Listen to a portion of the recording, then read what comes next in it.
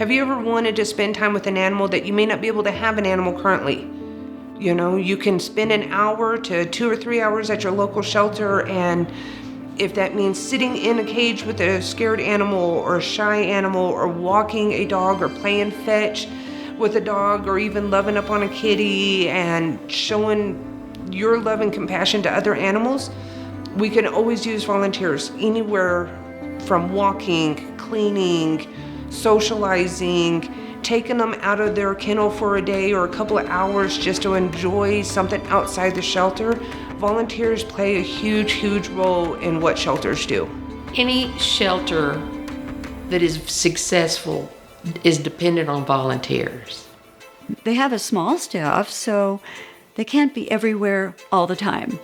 And they can't, spend time with each animal all the time, but the volunteers can do that. I think an ideal volunteer just has to have the heart to say, I have the time.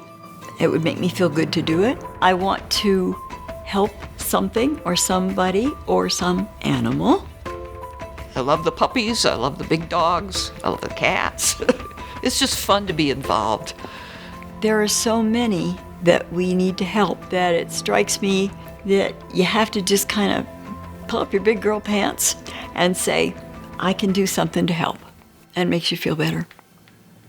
An ideal volunteer, somebody that loves giving back, recognizes the value that they're giving to whatever they're doing, whether it's walking the dogs, holding a cat, but you walk in there recognizing that you're going to help them for that moment. You're going to take away some of their anxiety and some of their stress. And hopefully helping these dogs for a day or for a moment to feel special again. And by doing that, I think it helps them be prepared for their next owner, for their forever home. But they have to have a heart to be there, I think.